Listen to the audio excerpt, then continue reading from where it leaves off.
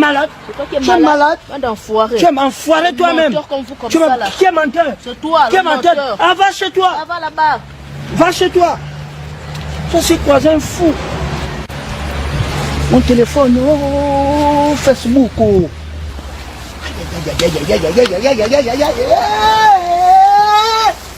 Téléphone à main. Mais tu vois que tu n'avais pas de téléphone, qu'est-ce que tu fais là? Je me lave. Tu te laves? Je me lave. Tu deviens fou?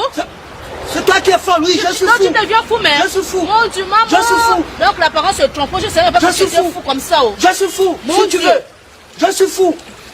Je suis fou. Mon Dieu. J'en ai fou. Oui. Jacques, tu es bourré. Allô, je t'appelle, petit. Toi, ce qui pèse plus sur toi, là, c'est rien que ta tête, là. Tu es là-haut. Tu es là-haut. Hein? Reste là-bas. Tu vas mourir dans le congélateur. Tu restes là-bas.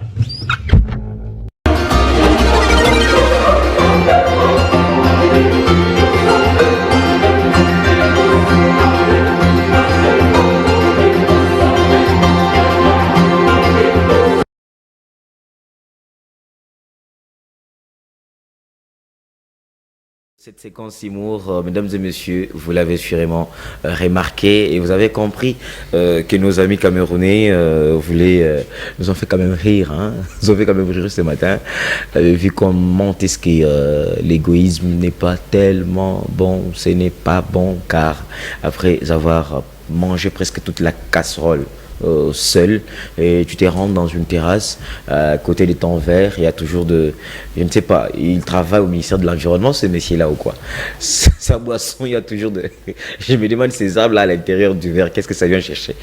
Mais sinon il y a des leçons à tirer dans cette séquence humour, mais il y a aussi les rires qu'on vous apporte chez vous, il y a de la bonne humeur qu'on veut vraiment vous transmettre à travers cette séquence humour. C'est comme ça que nous sommes en train d'embellir votre journée à travers non seulement l'humour et les sketchs, pourquoi pas le théâtre, mais nous vous apportons aussi l'information, la formation et les divertissements, parce que nous vous apportons aussi l'information et la formation.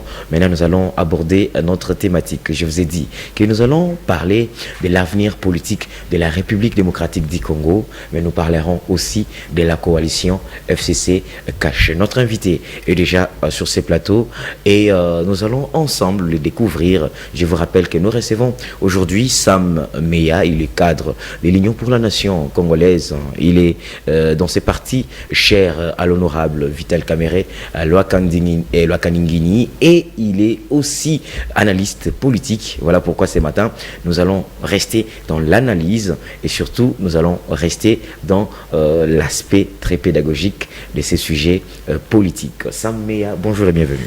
Merci camarade pour l'invitation. Je suis tellement heureux de retrouver encore les plateaux de Canal Fitir. Ça me fait quand même un grand plaisir. Comment vous allez? Non, je me porte très bien. Et la RDC se porte comment? La République démocratique du Congo se porte mieux aujourd'hui, comme il y en a 10 ans passés.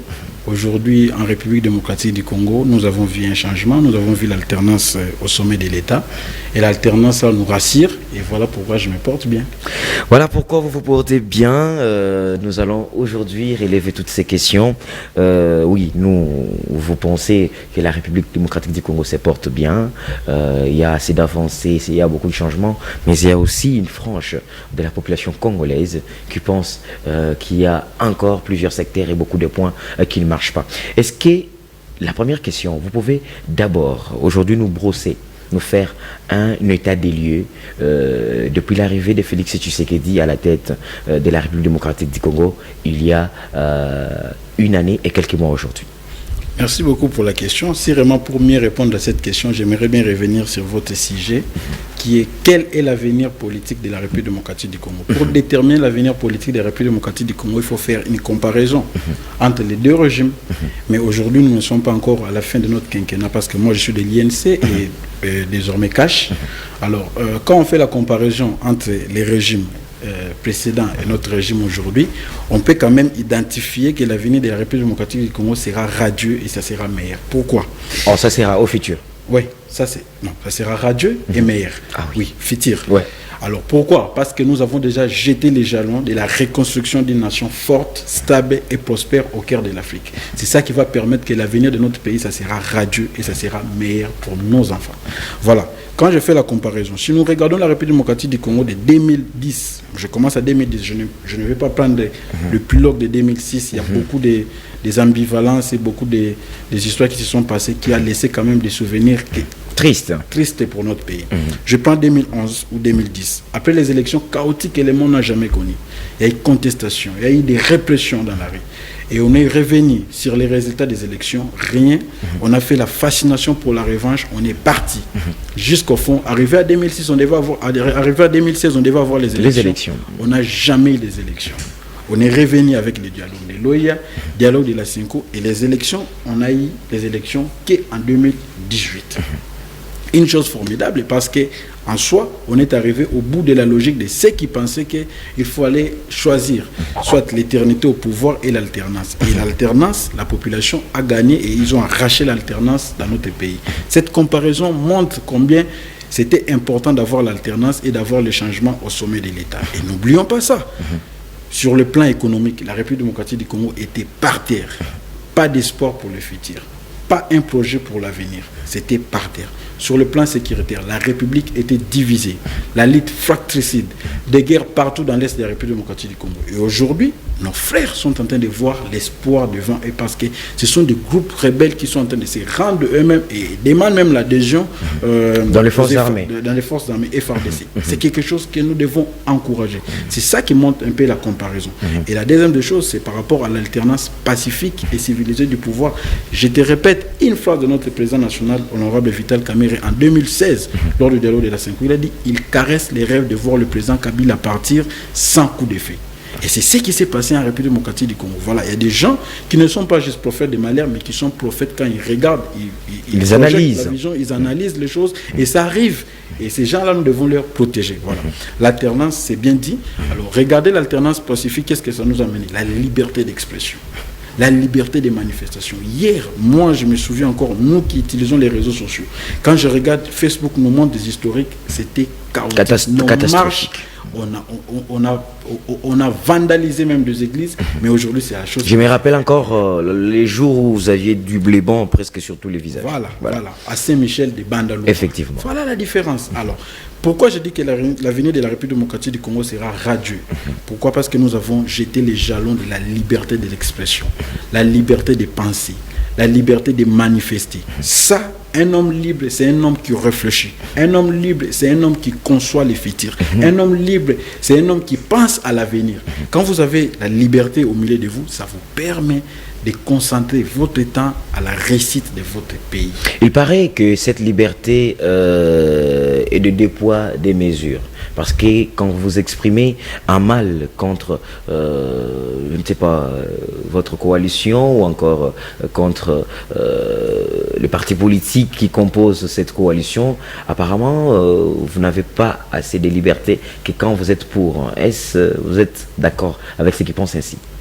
Il n'en est au pouvoir aucun prisonnier d'opinion. Je ne sais pas où est-ce que vous tirez ça, mais je sais que les gens critiquent le président de la République en longueur de journée. Ils n'ont jamais été interpellés par la police, par ce qu'on faisait. On n'a jamais bloqué des chaînes de télévision jusqu'à aujourd'hui en République démocratique du Congo. Depuis que le président de la République, Félix Tshisekedi, est là, ça c'est quelque chose de formidable. Nous connaissons Canal Futur aujourd'hui, j'ai la fierté de me mettre devant Canal Futur. C'était fermé.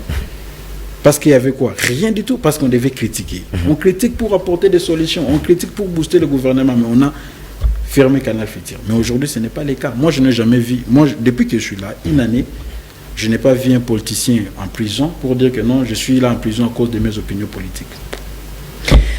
Voilà, cet avenir, Sam Meya, vous êtes en train de le voir sur plusieurs plans. J'aimerais maintenant qu'on entre quand même dans chaque secteur de la vie nationale.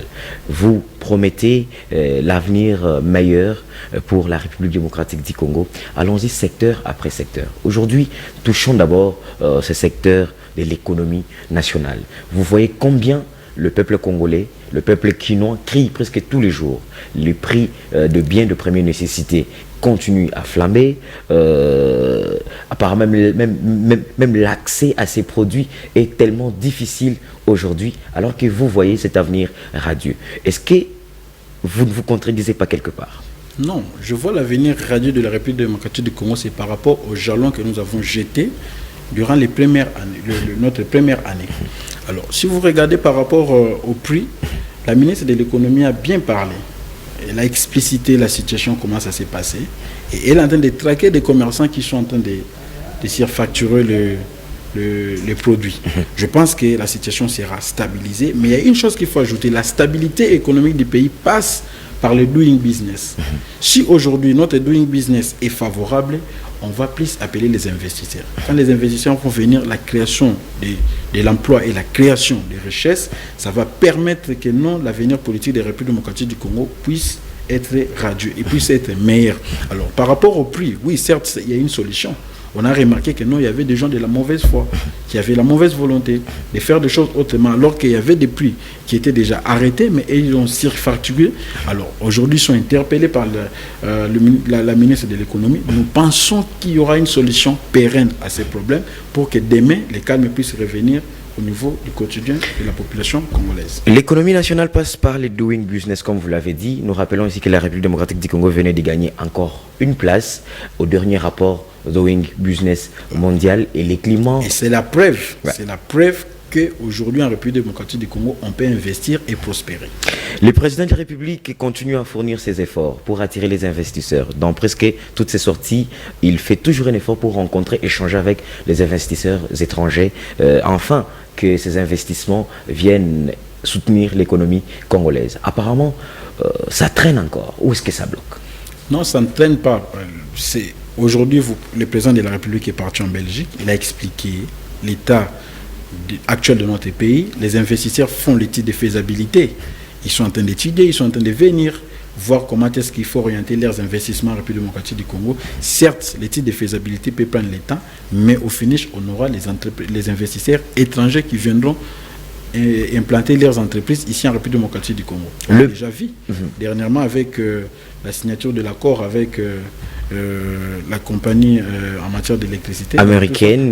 Donc voyez-vous qu'il y a déjà un pas vers l'avant. Ceux qui ont déjà fait l'étude de faisabilité vont venir rapidement et les autres sont en train de suivre l'étude de faisabilité. Donc soyons calmes et je pense et je reste convaincu que le président de la République est dans une bonne direction et la bonne voie à suivre, c'est ce qu'il est en train de faire. Est-ce que la méfiance qu'on est en train de remarquer aujourd'hui auprès de ces investisseurs ou encore des expatriés, notamment avec l'arrestation, encore l'interpellation de M. Blattner et aussi M. Diamal, qui sont expatriés aujourd'hui, mais qui se retrouvent aujourd'hui avec des soucis au niveau de notre justice, n'est pas en train de créer une sorte de méfiance entre ces investisseurs qui veulent venir investir en RDC et la République démocratique du Congo? Certes, il y a une part de responsabilité que l'État doit assurer aux investisseurs. Moi, je suis totalement d'accord avec vous. Mais il y a une chose aussi qu'il faut retenir que moi, j'étais dans la logique de voir d'abord les audits avant qu'on puisse commencer par les interpellations. Moi, j'aimerais bien qu'on puisse d'abord auditer et interpeller. Mais quand cela ne tienne, la justice élève une nation. On pense que les responsabilités seront établies. Jusque-là, je n'ai pas encore entendu d'autres choses. Ce sont juste ils sont innocents. Il y a la présomption d'innocence dans tout ce que nous sommes en train de faire dans la vie. Et je ne crois pas que cette histoire va mettre à mal l'élan que la République démocratique du Congo est en train de prendre. Voilà. Le secteur judiciaire. Voilà, l'avenir de la République démocratique du Congo radieux d'ici le quinquennat de Félix Tshisekedi. Prenons un peu le secteur judiciaire. Le président de la République venait de nommer les hauts magistrats pour refondre un peu ou encore donner une autre image de l'appareil judiciaire en République démocratique du Congo. Quelle est votre analyse et quel est votre point de vue? C'est un pas vers l'avant parce qu'hier on nous parlait que la justice, on nous dit toujours que la justice élève une nation. Et moi je crois fermement que les décisions que le président de la République est en train de prendre, ça amènera la République démocratique du Congo à trouver le bon chemin d'un État normal. Hier on nous disait qu'il y avait des gens qui étaient irremplaçables. Aujourd'hui ils ne sont plus. Quand même c'est un motif de fierté et puis nous devons encourager le président de la République à aller maintenant dans des réformes. Et la justice n'attend plus rien du président de la République. Quand on nomme à une place de responsabilité, c'est à toi maintenant de donner l'impulsion, c'est à toi maintenant d'amener le changement dans ton secteur. N'attends pas que le président de la République puisse venir te rappeler ce que tu dois faire. Quand on te donne la charge, une responsabilité, c'est toi qui dois donner l'impulsion. Et que demain, les gens se sentent mieux. Si aujourd'hui tu es interpellé, tu es devant la justice, ce n'est pas une justice des riches, mais c'est une justice équitable. C'est une justice qui est au milieu et les juges sont là pour dire quel est le droit, rien d'autre que le droit. Une frange de la population congolaise pense que ces hauts magistrats nouvellement nommés par le président de la République, pour la plupart, sont de l'entourage de l'ancien président de la République, Joseph Kabila, sénateur à vie aujourd'hui, et que ces derniers ne pourront pas inquiéter les personnes avec qui ils étaient hier. Soutenez-vous cette thèse? Non, je ne suis pas dans cette logique-là. Je pense que nous devons faire confiance à nos juges et être de l'autre camp. Ce sont des Congolais. Hier, on avait vu le président de la République travailler avec l'ancien gouvernement. Il a travaillé avec l'ancien gouvernement. Les résultats étaient palpables. Les gouvernements de Bruno Tshibala. C'était juste une question de volonté. Et quand il y a la volonté et la détermination, on accomplit des choses. Volonté et motivation, on accomplit des choses. Mais apparemment, il y a cassure entre, vous l'avez relevé vous-même sur ces plateaux, lorsque le président a trouvé le gouvernement démissionnaire sortant qui dirigeait Bruno Tshibala, les choses étaient mieux et bien appréciées. Mais aujourd'hui, un gouvernement de coalition mis en place, apparemment il y a cassure. Qu'est-ce qui justifie? Non, parfois vous m'avez mal compris. Je disais que quand le président de la République a travaillé durant 6 mois ou 7 mois comme ça avec l'ancien gouvernement, et les résultats étaient aussi là, et que par rapport au gouvernement actuel, ils sont en train de faire leurs preuves. Ils n'ont pas encore la même durée que l'ancien gouvernement. Et je crois qu'à la fin de l'année, quand ils vont totaliser une année, on va maintenant évaluer le gouvernement Ilunkamba par rapport aux résultats qu'on a vu avec le gouvernement Tshibala. Ça, c'est une bonne chose. Pourquoi? Parce qu'aujourd'hui, quand on a la volonté politique et on sent qu'à la tête, il y a une détermination de trouver des solutions aux problèmes des Congolais, et je crois que les responsables politiques s'y mêlent aussi. Parce qu'on a vu et on a constaté que le mal n'était pas seulement chez le voisin. Même chez le voisin, il y avait le mal, mais il y avait des gens qui se disaient non, nous sommes là, mais nous ne faisons pas partie du mal. Nous n'incarnons pas le mal, mais nous incarnons la prospérité pour la population congolaise. Et ils sont encore nombreux aujourd'hui, et des têtes qui sont là. Et je crois aussi que les nouveaux juges feront un bon travail. Et il ne faut pas dire que non, ils sont de l'autre camp, mais non. Mais il n'y a pas de camp. Quand on nomme un haut magistrat, on croit à la neutralité et on croit qu'il est là pour dire que le droit. Pour dire que les droits, les secteurs diplomatiques, c'est parmi les secteurs les plus plurifiques, aujourd'hui je peux dire ça, de Félix Antoine Tshisekedi Tshilombo, car comptabilisant le nombre de voyages qu'il a effectués depuis qu'il est à la tête et au sommet du pays, on dit qu'il veut vraiment que la République démocratique du Congo, sur le plan diplomatique, soit un pays fort, grand et respectable. D'abord, votre point de vue, un état des lieux de ces secteurs, est-ce que vous voyez aussi l'avenir de la République démocratique du Congo dans ces secteurs? Un avenir meilleur sur tous les plans. Franchement, sur tous les plans, je suis convaincu et je reste persuadé que avec l'ouverture à l'extérieur, la République démocratique du Congo va plus développer. Pourquoi? Hier, la République démocratique du Congo vivait comme en autarcie. Vous n'oubliez pas que même les drapeaux de l'ambassade des États-Unis n'existaient plus ici, on avait enlevé ça. Et la République démocratique du Congo était enfermée en soi-même. Il n'y avait pas l'élan pour le développement de ces pays. Et l'ouverture à la diplomatie au monde extérieur, ça va permettre à la République démocratique du Congo à redorer l'image qui était perdue hier et à donner le courage aux d'autres personnes, aux investisseurs et d'autres nations de voir que non, en République démocratique du Congo, il y a maintenant un leadership responsable qui est au sommet de l'État et un leadership exemplaire qui amène la République démocratique du Congo vers un développement. Donc, Je crois que le travail que le président de la République est en train de faire au niveau diplomatique, ça apportera des fruits énormes et indicibles. Nous y restons convaincus et nous encourageons le président de la République à les faire davantage parce que nous savons qu'au finish, c'est la population congolaise qui sera un grand bénéficiaire. Les grands bénéficiaires, la population congolaise, ça une question me passe en tête. Le président de la République n'a pas réinventer les Congos. Il a pris le Congo là où il l'a trouvé, mais parfois même avec les mêmes acteurs qu'il a trouvé. Mais ces changements qu'on est en train de constater brusques est dicté par quoi? Est dicté par la volonté, la détermination, le courage, l'abnégation et la motivation de voir les choses bouger et de voir un changement et juste un développement pour la République démocratique du Congo. Je te rappelle une chose, que hier, la République démocratique du Congo n'avait pas les intentions qu'il y a aujourd'hui. Hier, la République démocratique du Congo était renfermée en soi. Hier, la République démocratique du Congo, on nous faisait croire que non, c'était l'enfer. Mais aujourd'hui, nous disons que la République démocratique du Congo est le paradis. Pourquoi nous avons des solutions à tout ce qui se passe dans le monde aujourd'hui. Ebola, la solution, c'est ici chez nous. C'est la République démocratique du Congo. Voilà. Coronavirus, on a déjà déclaré un cas et la personne a quitté les centres. Ils sont en train de faire leur travail. Moi, j'encourage, je crois au génie congolais. Et je sais qu'un jour, ces pays va se développer. Un jour, ce pays va se développer et pour que ce développement arrive, il faut qu'il y ait entente entre les Congolais, mais aussi que tout le monde participe. Nous allons parler de la coalition CACH-FCC. Est-ce que les relations sont au bon fixe?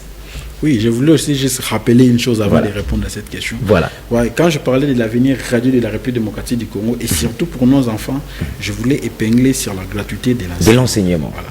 C'est quelque chose que nous ne pouvons pas oublier. On peut tout oublier de ce qui se passe actuellement dans les réseaux sociaux, dans les juges, dans des cours médiatiques, mais n'oublions pas que le président de la République tient à l'avenir de nos enfants. Voilà pourquoi il a placé la gratuité de l'enseignement sur la première année de son quinquennat. Alors là, c'est quelque chose de formidable, quelque chose qu'on n'a jamais vu en République démocratique du Congo, et ça donne l'espoir à la population. Pourtant prévu dans la Constitution depuis 2006. Voilà. Le respect, voilà. Pourquoi? Parce qu'il y a un homme à la tête de la République démocratique du Congo qui est déterminé à respecter la Constitution, à respecter la population congolaise, à croire à l'avenir de la population et à donner à la population congolaise la vie meilleure qu'on a toujours espérée. Alors, par rapport à la coalition FCC Cash, hier, les deux personnalités se sont rencontrées, l'autorité morale de la coalition CACH et l'autorité morale de la coalition FCC. Je pense qu'il y avait eu des tensions et j'aime bien ce que j'ai lu aujourd'hui les matins dans les réseaux sociaux. Il y a une dame, une journaliste Sylvie Bongo qui a écrit, elle a dit il y a d'autres personnes qu'il faut retirer les micros. Pourquoi? Parce que il y a d'autres personnes, en lieu place de mettre la raison au milieu de nous, ils viennent avec des états d'âme. Alors que quand on parle de la politique, on parle sur le développement d'une nation, on met les états d'âme de côté, on se concentre à ce qui concerne que la population. Les états d'âme ne servent à rien. Ça n'amènera les pays à rien. Et l'émotion, ils font la lever dans le débat politique. Voilà. Alors aujourd'hui, ils se sont mis d'accord sur beaucoup de choses. Je pense qu'ils ont élagué les divergences qui existaient dans la coalition, et je pense que l'élan qu'ils ont pris, et en lisant les communiqués final, compte rendu, je me réjouis que demain la paix sera au niveau de la coalition et les choses marcheront mieux pour les années futures. Moi j'ai toujours comme l'impression que les deux personnalités s'entendent mieux dans cette coalition que vous, les lieutenants. Laissez-moi vous appeler comme ça, les lieutenants de ces deux personnalités. Parce que depuis que la coalition FCC Cash est mise en place, nous n'avions jamais vu ou entendu le président de la République Félix Tshisekedi ou les sénateurs Joseph Kabila être en contradiction.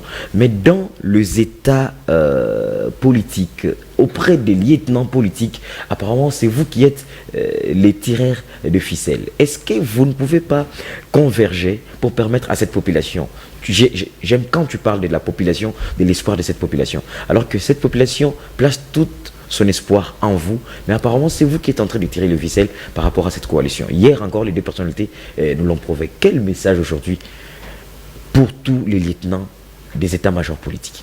Non, je suis encore erré par rapport au compte rendu de la réunion, mais il y a une chose qu'il faut rappeler. Moi, je suis de la classe de l'excellence.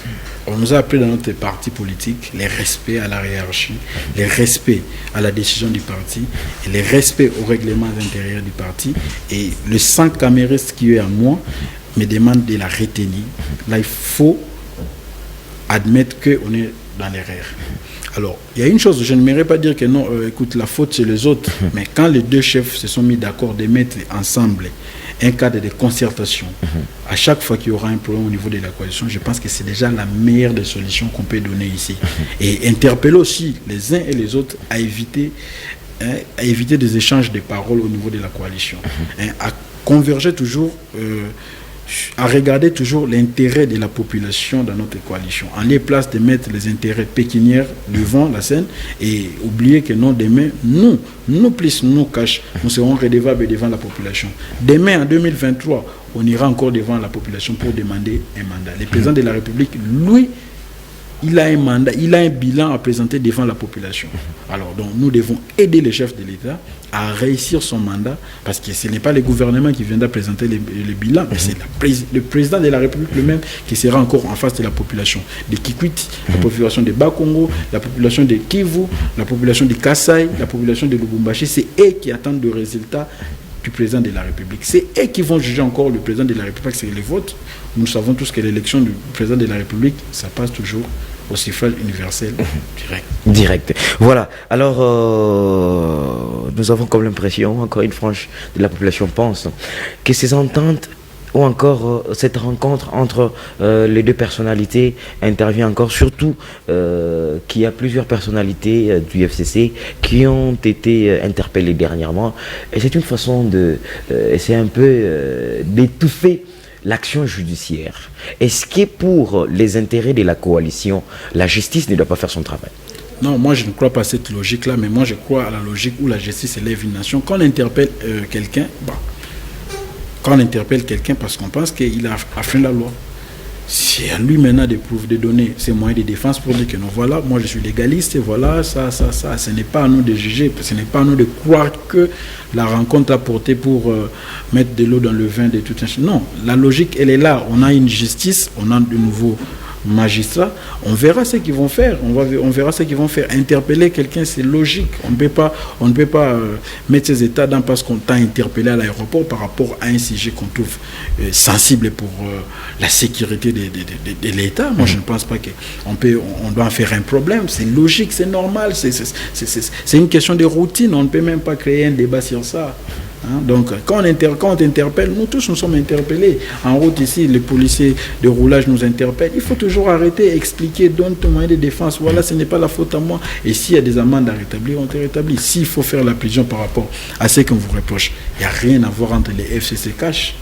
C'est la logique normale. Tu sais que dans ces pays, il y a des gens qui peuvent déchirer la Constitution à cause de la sécurité. Ils peuvent dire, écoutez, vu la sécurité de la population congolaise, nous décidons de déchirer cette constitution. Mais alors, quand ça relève de la sécurité, c'est du sérieux. C'est du sérieux, pourquoi? Parce que la protection de la population est le maître mot du président de la République. Nous avons comme l'impression que la population était dernièrement plus que content, voir quelques personnalités jadis intouchables être interpellées par la justice congolaise. Et pourquoi pas les expatriés? On disait non, toujours... moi je ne crois pas à la logique des intouchables. Quand on a une justice qui veut élever une nation, tout le monde est au même niveau, on interpelle tout le monde, pas les intouchables, il n'y en a pas. Il n'y en a pas.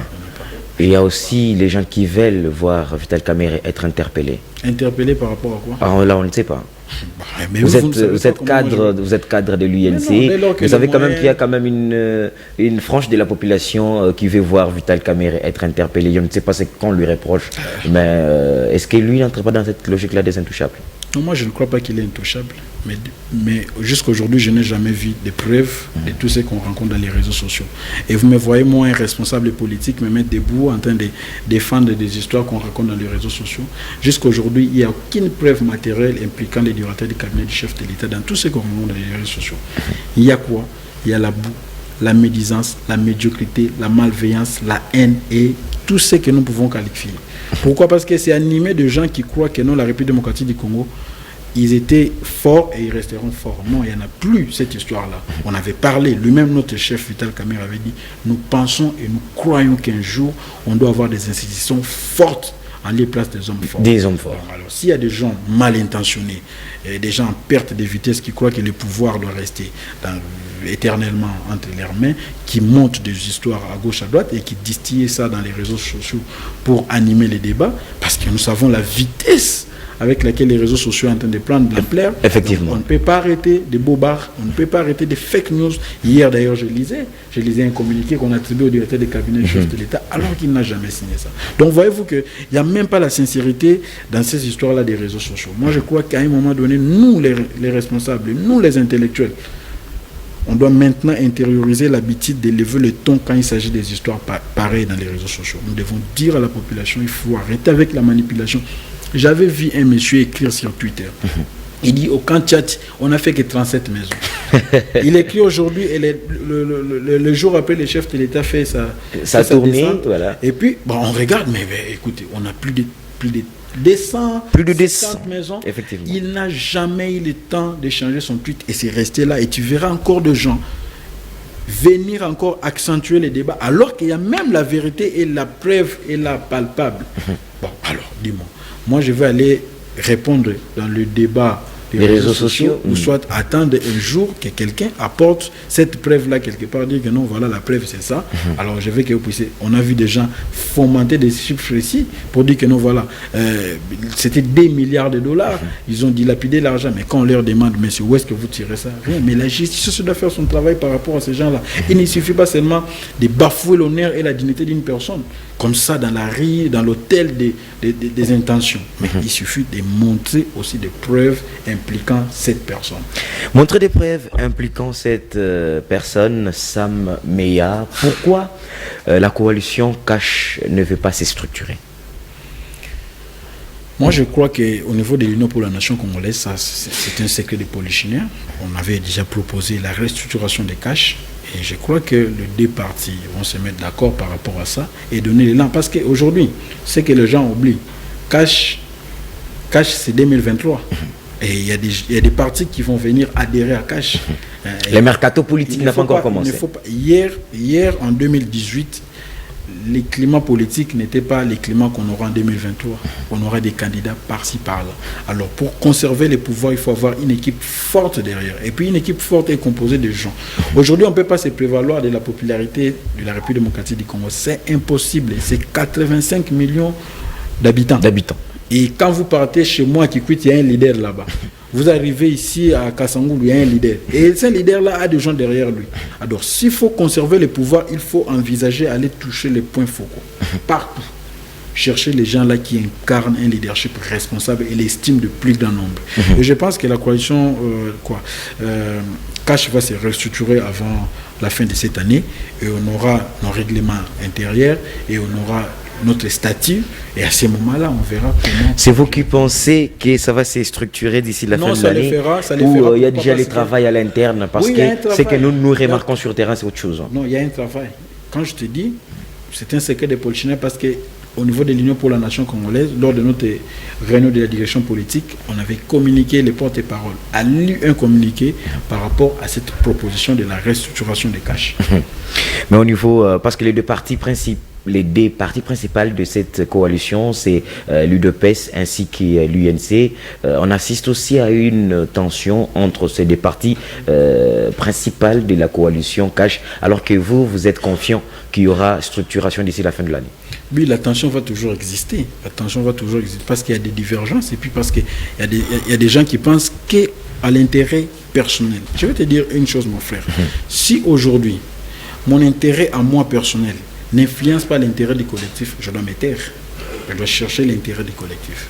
Et c'est dire que non, voilà, aujourd'hui, nous avons ça comme problème, ça comme problème. En lieu de place de dire que non, moi, Sam, j'aimerais bien devenir ministre, j'aimerais devenir PDG d'entreprise, j'aimerais devenir ceci, mais regardez au moins les collectifs. Tout le monde, est-ce que tout le monde, si nous tous, on exprimait l'ambition de devenir un tel dans ces pays, on risquera de ne rien faire pour la population. Donc nous devons taire nos ambitions, nos égos, et privilégier l'intérêt supérieur de la nation. Il faut qu'on arrive à faire taire nos égos, nous les politiques, les Cash. On doit faire taire nos égos et privilégier l'intérêt supérieur de la nation. L'intérêt supérieur de la nation, c'est le développement de ce pays, c'est la sécurité pour la population, c'est de l'eau pour la population, c'est la construction des routes, c'est la création des banques agricoles. Donc tout ça, ça contribue à l'intérêt supérieur de la nation que nous devons privilégier en lieu et place de chercher les intérêts pécuniaires. Beaucoup veulent voir Félix Tshisekedi se séparer de Vital Kamerhe au sommet de l'État et pensant que Vital Kamerhe nourrit l'ambition de devenir président de la République en 2023 et que ces deux personnes, on ne peut pas être très proches collaborateurs du président de la République et nourrir ses ambitions de les remplacer demain. Est-ce que séparer Vital Kamerhe de Félix Tshisekedi aujourd'hui aurait des conséquences? Des conséquences néfastes que les gens ignorent aujourd'hui. Tu sais, moi je vais vous dire la vérité. Les gens qui ont poussé le président Kabila en 2009 de se séparer de Vital Kamerhe aujourd'hui, si vous les regardez, ils ont honte. Ils ne s'approchent plus de Joseph Kabila. C'était une erreur monumentale. Il y a d'autres personnes.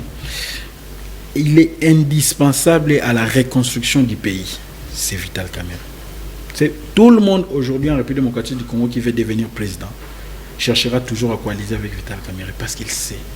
La popularité de la République démocratique du Congo, c'est l'Est du pays. Il est fort là-bas, ça on ne peut pas refuser. Et aujourd'hui, avec la restructuration de notre parti, l'INC, dans des provinces, et aujourd'hui, l'INC est encore fort. Nous le faisons du jour au jour parce que nous croyons à l'avenir de notre pays. Bon, à ceux qui pensent que Vital Kamerhe, mais c'est le destin de l'homme. Si Dieu a décidé qu'un jour Vital Kamerhe va diriger ce pays, il les dirigera. Hier, les gens qui l'avaient enterré politiquement, qu'est-ce qu'ils ont eu? Même Félix Tshisekedi, hier, les gens qu'est-ce qu'ils ont eu comme résultat aujourd'hui? Voilà, il ne faut pas arrêter les vents. Voilà pourquoi à l'INC on dit mon PPACK, on n'arrête pas les vents. Même si tu fermes comme ça, ça va passer. Donc, il faut à ces gens-là dire qu'il faut qu'ils restent calmes. Le destin de l'homme, c'est entre les mains de Dieu. Si aujourd'hui, Dieu avait décidé que Vital Kamerhe va diriger ce pays, il le fera. Peu importe tout ce que vous allez mettre comme barrière, vous n'allez pas nous arrêter. Pourquoi? Parce que la détermination de nous, l'Union pour la nation congolaise, et la magistrature suprême. Ça, c'est notre détermination. Nous n'avons jamais laissé cette ambition-là sur l'autel des égos des individus. Nous allons continuer. Nous savons que nous avons une force qui est notre parti politique. L'INC est une force. Non seulement hier il était d'opposition, mais aujourd'hui il y a une force de proposition. Et demain il sera une force de reconstruction. Suivez bien, hier il était une force d'opposition, aujourd'hui il est une force de proposition, et demain il sera une force de reconstruction. La reconstruction de ces pays passera par l'INC. Et ce que nous sommes en train de faire aujourd'hui, ça va étonner le monde. Ça va étonner le monde au-delà d'être membre de l'UNC. Vous êtes aussi acteur politique. Mais aujourd'hui, nous assistons quand même dans différents partis politiques, bien que vous ne vouliez pas peut-être vous mêler de ce qui se passe chez les autres. Mais la tension observée hier au niveau de la 10e rue Lumété, comment analysez-vous cette situation? Est-ce que ça favorise le bon climat politique en République démocratique du Congo? Je ne crois pas. Je ne crois pas que ça va favoriser les bons climats et ça donnera toujours une mauvaise image de la République démocratique du Congo en face de nos partenaires. Et moi, je crois qu'au niveau des partis politiques, nous devons instaurer les dialogues. Les dialogues et le change entre militants et entre structures du parti avant toute décision. J'aimerais bien que nos amis, parfois les gens ne connaissent pas la force de l'INC. La force de l'INC, c'est les débats. Les débats. On n'a pas une pensée unique, mais on a les débats. Même pour discuter sur l'ordre du jour, on passe toujours par vote. Et à chaque fois, une phrase donc cryptée avant de passer au compte rendu. Pourquoi? Parce que nous avons appris le respect. Nous avons appris que la discipline est une vertu cardinale de la politique. Quand vous enlevez la discipline à la politique, fini, le parti n'existe plus. Mais bon, ce qui s'est passé hier, j'aimerais bien appeler nos amis de l'INPS à la calmie et à privilégier le dialogue au sein de la formation politique qui est l'IDPS. L'IDPS ne date pas d'aujourd'hui, c'est une grande formation politique et les images qu'on a vues hier à la télévision et on a vu dans les réseaux sociaux, c'est tellement décevant que nous ne pouvons pas y croire. Nous ne pouvons pas y croire, Sam, mais nous sommes arrivés à la fin de notre entretien. Nous allons quand même vous accorder les derniers mots pour ce matin, tout en vous promettant à nos téléspectateurs que nous allons vous retrouver très bientôt pour d'autres analyses. Ben oui, les derniers mots, écoute, moi j'appartiens à une nation libre. C'est depuis mon plus jeune âge que je prouve cette liberté-là. Et je te rappelais encore que moi je crois à l'avenir de la République démocratique du Congo. Et je donne le sourire à tout le monde pour dire que non, écoutez, si hier ça n'avait pas marché, aujourd'hui nous avons la conviction, la détermination, l'engagement, le courage d'aller au bout et d'aller au fond pour conquérir et pour redonner redorer les blasons ternis de la République démocratique du Congo. Et je crois à l'avenir de la République démocratique du Congo avec les nouveaux dirigeants. Et je crois que le miracle sera de notre côté. Le miracle sera de notre côté. Merci beaucoup et surtout merci d'avoir répondu à notre invitation. Merci infiniment. Je reprends avec les débats politiques. Merci. On avait laissé la place à l'amalgame. On avait laissé la place aux rumeurs. On avait laissé la place au bobard. Nous avons décidé de